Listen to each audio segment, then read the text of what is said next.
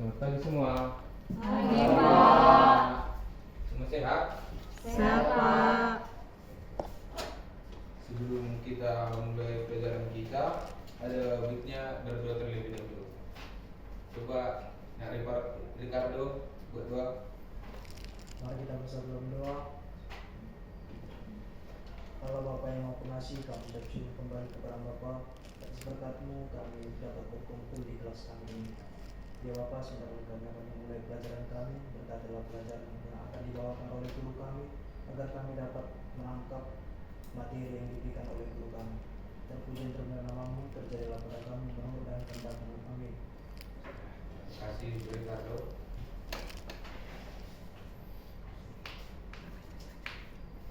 Oke, sebelum kita mulai, Bapak absen terlebih dulu ya. Ya, Pak. Rahmat Putar-Putar, hadir Pak. Ricardo Nerea, Hadir Pak. Mei Sinaga, Hadir, Pak. Margaret Siregar, Hadir, Pak. Tasya Simatupang. Hadir, Pak. Oke, baik semua hadir ya. Ya, Pak. Jadi apakah dia sudah siap semua belajar? Ya, Pak. Oh, sepertinya masih semangat ya. Coba ayo kita berdiri biar lebih semangat. Kita buat ice breaking.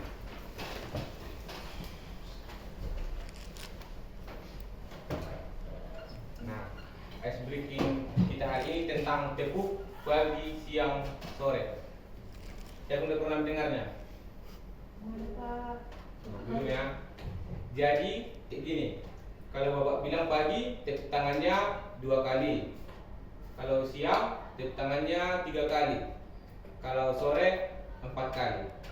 Fokus semua ya, jangan ada yang salah. Ayo, tangan siap. Mulai ya. Pagi. Nah, masih ada yang salah. Ulang. Ulang ya. Pagi. Sore. Masih banyak yang salah. Sekali lagi. Pagi. Siang. Sore. Pagi. Siang. Pagi. Sore. Oke, hampir selesai semua. Udah bisa, silakan dulu. Semua sudah siap belajar kan? Siapa? Nah, jadi materi kita ini sekarang sangat enak untuk dibahas tapi tidak enak untuk terjadi. Nah, materi apa itu? Nah, materi kita hari ini tentang kelangkaan. Terima Bapak tulis dulu.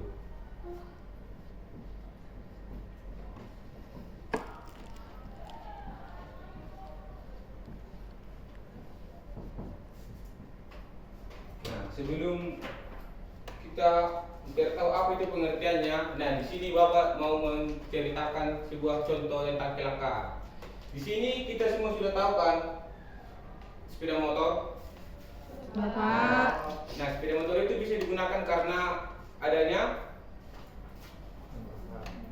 bahan bakar. Nah, ketika bahan bakar tidak ada, maka sepeda motor itu tidak bisa digunakan. Betul kan?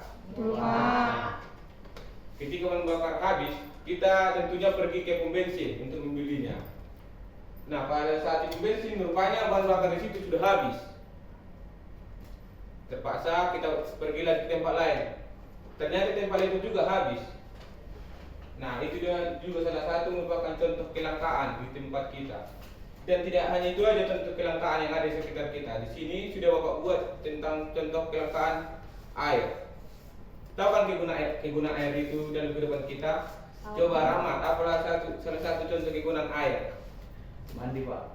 Tuh, Ricardo. Minum Pak. Itu Margaret. Minum, Pak. Nah, jadi itu semua betul. Jadi di sini kita akan masuk pengertian kelangkaan. Nah, apa di sini arti dari kelangkaan? Artinya di sini adalah kondisi ketika di mana manusia memiliki sumber daya ekonomi yang terbatas untuk memenuhi kebutuhan yang tidak terbatas. Paham ya? Kondisi di mana manusia memiliki sumber daya yang terbatas untuk memenuhi kebutuhan yang tidak terbatas. Karena manusia itu mempunyai sifat yang tidak pernah puas, sehingga kebutuhannya tidak pernah terbatas. Itulah arti dari kelangkaan. Nah, selanjutnya di sini kita akan masuk ke faktor penyebab kelangkaan.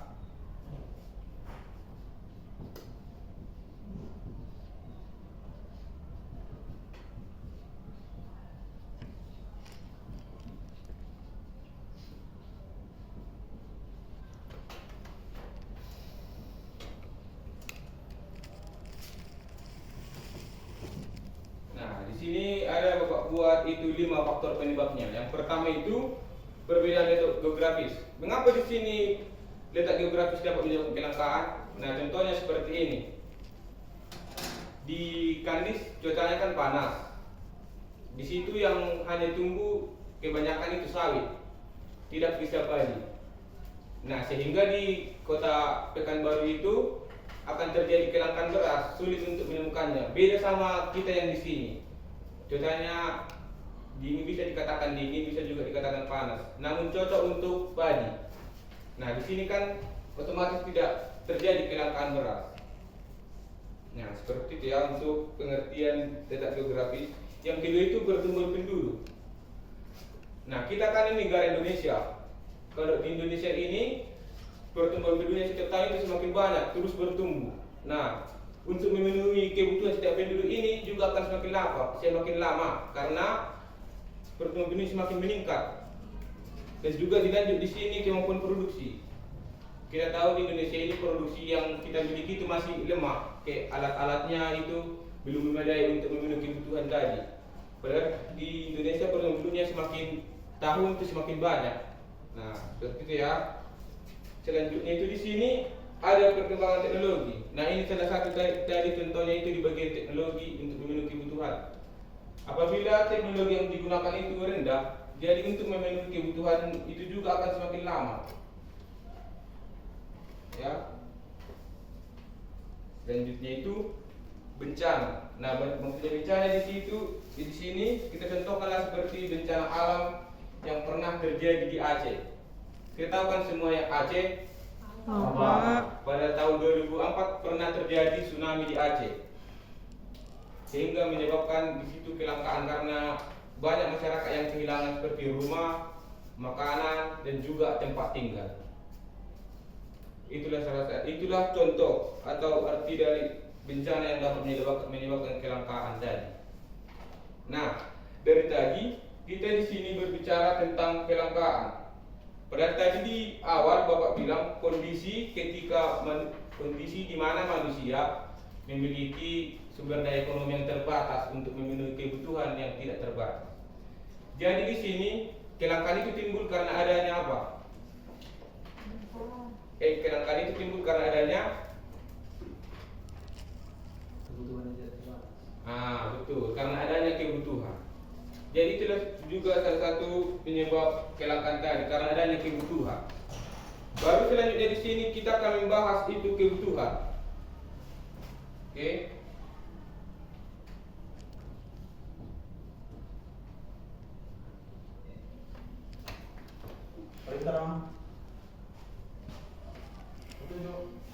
Nah, di sini ada Bapak buat 3 macam bentuk kebutuhan. Yang pertama itu di sini ada kebutuhan menurut intensitas. Yang kedua, kebutuhan menurut sifat. Yang ketiga itu kebutuhan menurut waktu. Kita bahas yang pertama, kebutuhan menurut intensitas.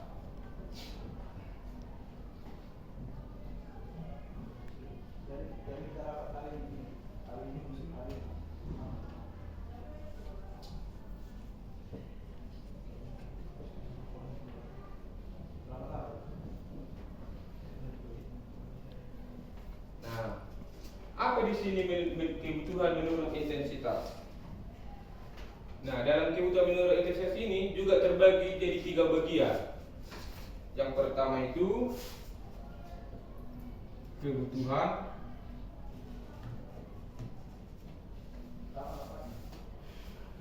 primer.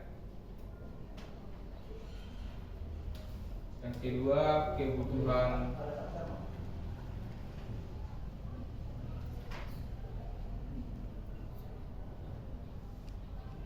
sekunder. Yang ketiga kebutuhan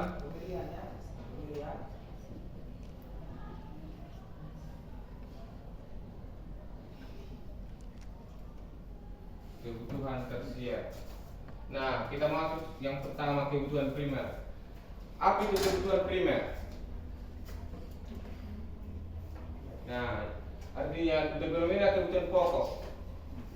Contoh kebutuhan pokok itu seperti apa?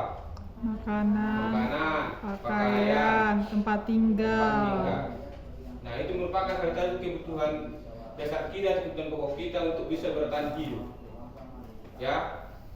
Yang kedua itu kebutuhan sekunder. Nah, maksud dari kebutuhan sekunder ini adalah kebutuhan tambahan. Contohnya itu seperti kalau dalam rumah kita itu kita membeli lemari. Nah, gunanya lemari itu di situ kan untuk bisa membantu kita dalam rumah agar terlihat rapi, tempat baju seperti itu, tempat pakaian. Dan juga contohnya itu kendaraan. Nah, kendaraan juga di sini kan berguna untuk membantu kita dalam kehidupan sehari-hari. Bisa jadi lebih efisien waktu, menghemat waktu. Seperti itu. Yang ketiga, kebutuhan tersier. Nah, kebutuhan tersier ini adalah kebutuhan pilihan.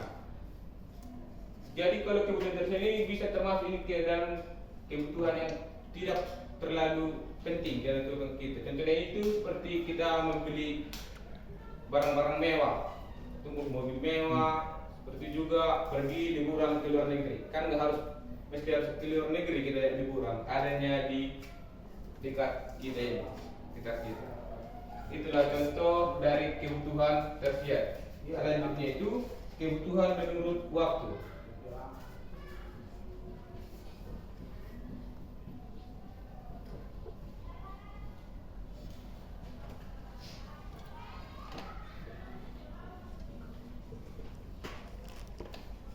Nah, dalam kebutuhan menurut waktu ini juga terbagi menjadi 3 bagian. Yang pertama itu kebutuhan sekarang.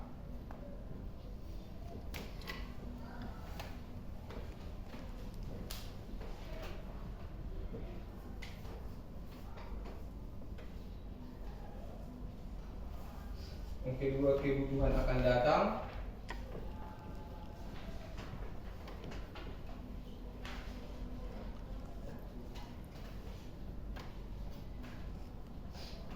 Dan yang ketiga itu kebutuhan sepanjang waktu. Oke,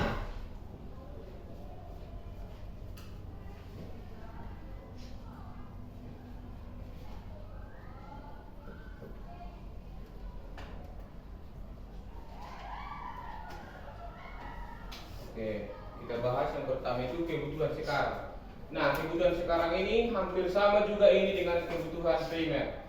Contohnya kebutuhan sekarang ini itu kan makanan, tempat tinggal, baru pakaian. Baru di sini juga ditambah jadi sekolah atau pendidikan. Itulah contoh dari kebutuhan sekarang. Yang kedua itu kebutuhan akan datang. Nah, maksudnya kebutuhan akan datang ini contohnya seperti orang tua kita. Mereka menabung untuk masa depan kita, mempersiapkan apa aja nanti yang akan kita perlukan di masa depan kita. Contohnya itu kebutuhan untuk kita bisa sekolah ke jenjang yang lebih tinggi. Nah, sekarang kita kan kelas 10 SMA. Nah, 2 tahun lagi kita akan tamat, baru melanjutkan ke perguruan tinggi. Nah, itu juga merupakan contohnya. Jadi yang orang tua kita menabung untuk keperluan pendidikan kita di masa yang akan datang. Yang ketiga itu kebutuhan sepanjang waktu. Nah, kebutuhan sepanjang waktu itu contohnya itu seperti obat-obatan yang ada dalam rumah kita. Nah, sewaktu-waktu kita dalam keadaan sakit, kita tidak perlu harus pergi ke rumah sakit, karena kita sudah menyediakan di rumah itu obat-obat yang bisa kita minum pada saat kita sakit. Oke. Selanjutnya itu ada kebutuhan menurut sifat yang ketiga.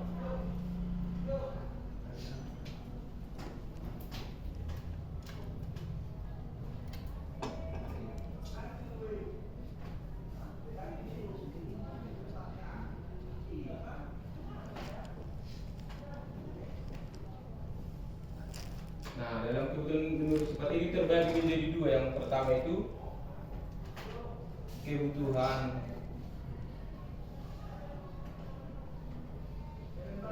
kebutuhan jasmani dan kebutuhan rohani.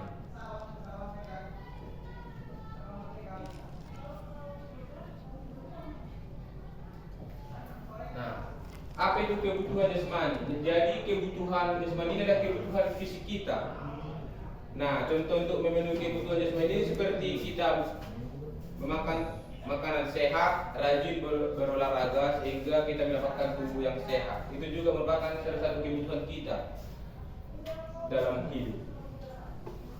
Yang kedua itu kebutuhan rohani. Nah, kebutuhan rohani ini adalah kebutuhan dalam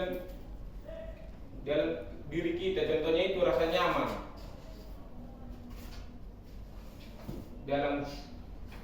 Contohnya seperti kita ini dalam sekolah tidak ada bully yang bisa membuat kita menjadi tertekan. Nah, itu juga merupakan contoh dari kebutuhan rohani. Oke, sampai di sini semua paham? Paham ya? Selanjutnya biar kita bahas faktor yang mempengaruhi kebutuhan. Apa aja yang tadi yang mempengaruhi kebutuhan ini? Sudah dicatat semua kan? Sudah, Pak. Sudah? Sudah, Pak. Nah, nanti Bapak periksa catatannya ya. Yes, Iya, Pak. Oke.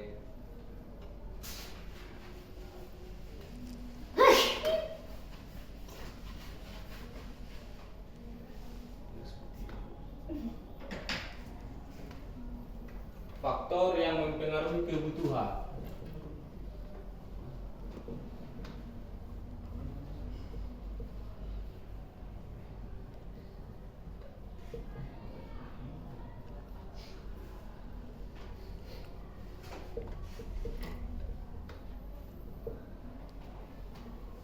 Nah, yang pertama itu faktor pendidikan.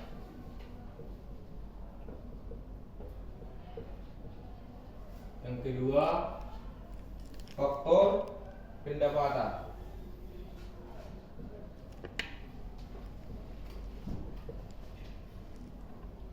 Yang ketiga, perkembangan zaman.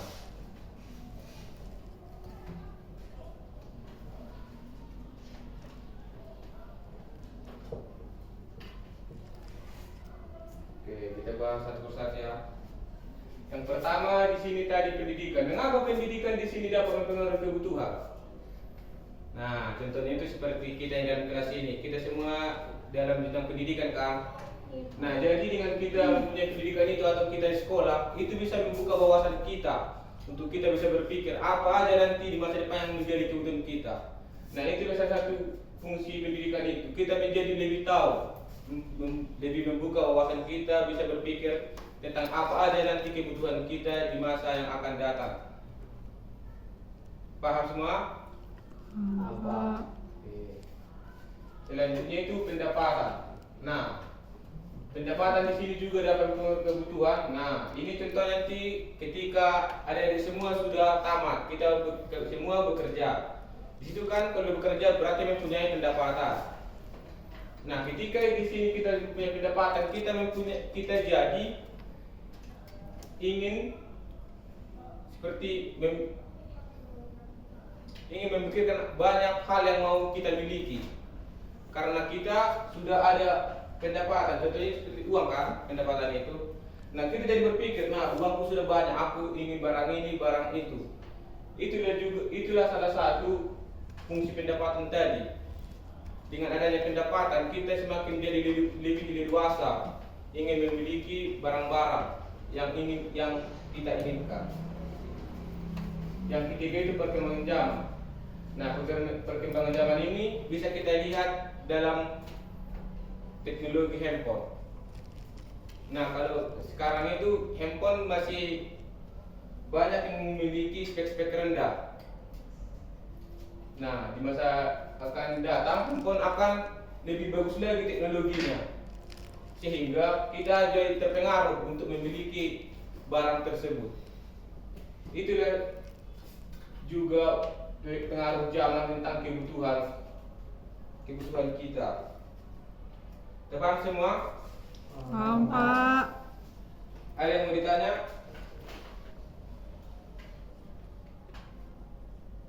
Baiklah. Jadi kalau nggak ada yang bertanya di sini, Bapak akan bertanya. Tadi kan sudah dicatat.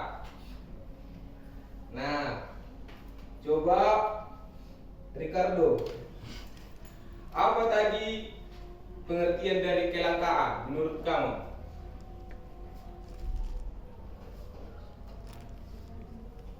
Menurut saya kelangkaan itu adalah barang yang susah ditemukan, Pak.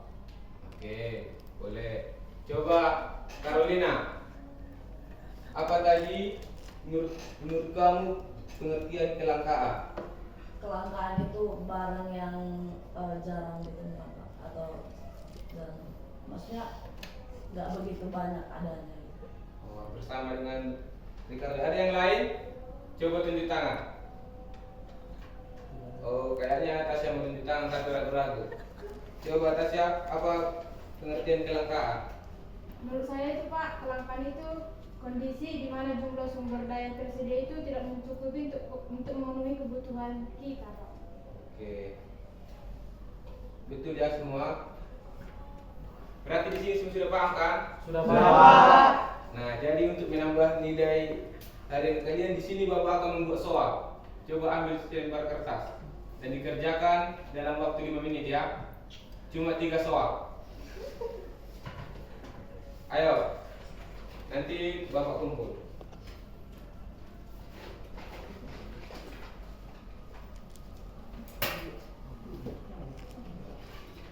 Oke. Sudah siap? Nah, yang pertama itu menurut kamu bagaimana cara mengatasi kelangkaan di sekitar kita sehingga kebutuhan kita masih tetap bisa terpenuhi? Coba Pak ulangi Pak. Oke. Pelan-pelan ya Pak. Ya, bagaimana cara mengatasi kelangkaan?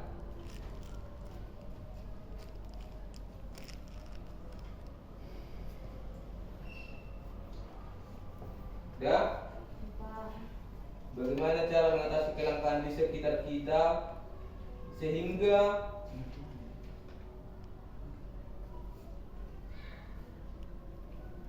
kebutuhan kita masih tetap bisa terpenuhi?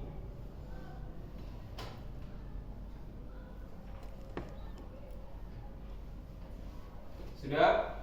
Sudah, Pak. Oke, yang kedua.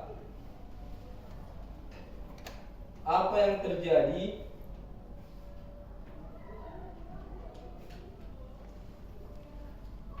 jika kelangkaan tidak dapat diatasi?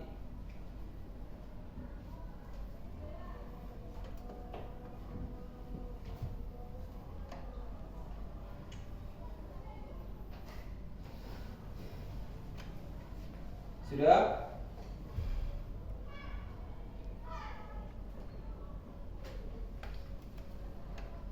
Yang ketiga, sebutkan salah satu contoh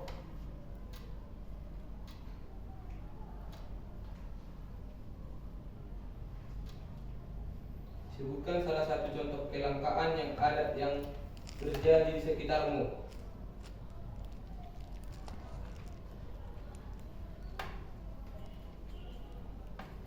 Ya.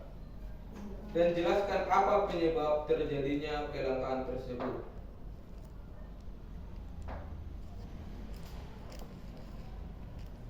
Dan jelaskan apa penyebab terjadinya kelangkaan tersebut.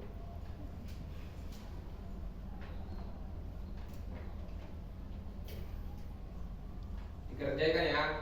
Waktunya 5 menit. Dapat dulu. 20 menit. Jangan ada yang ngomong-ngomong. Silakan dikerjakan.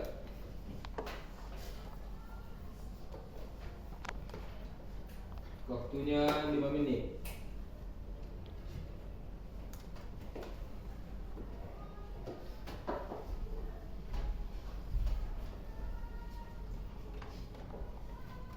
Rahma, mana yang kau catat?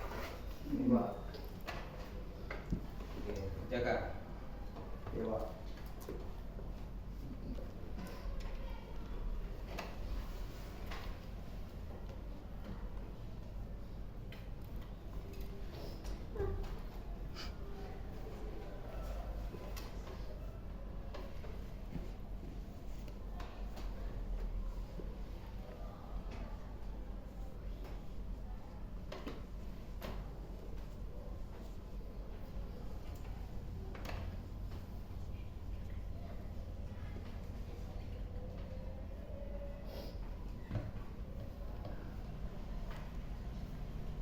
Baiklah, karena jam di sini sudah menunjukkan waktunya untuk pulang. Jadi tugasnya dikumpul minggu depan saja. Untuk materi kita hari ini sampai di sini, dan untuk materi berikutnya kita akan bahas di minggu depan. Nah, sebelum pulang ada baiknya kita berdoa. Margaret, coba buat doa. Mari kita satukan hati kita berdoa. Terima kasih Tuhan buat segala berkat yang kami rasakan hingga saat ini ya Tuhan. Ya Tuhan, kami sudah menyelesaikan kegiatan belajar kami. Begitu juga ya Tuhan, kami akan mau pulang ke rumah kami masing-masing. Kiranya Kau berkati kami dalam perjalanan sampai di tujuan kami masing-masing. Dalam nama-Mu kami telah berdoa dan mengucap syukur. Haleluya. Amin. Terima kasih Margaret. Sampai di sini materi kita. Bapak ucapkan terima kasih. Selamat siang semua. Siang, Pak.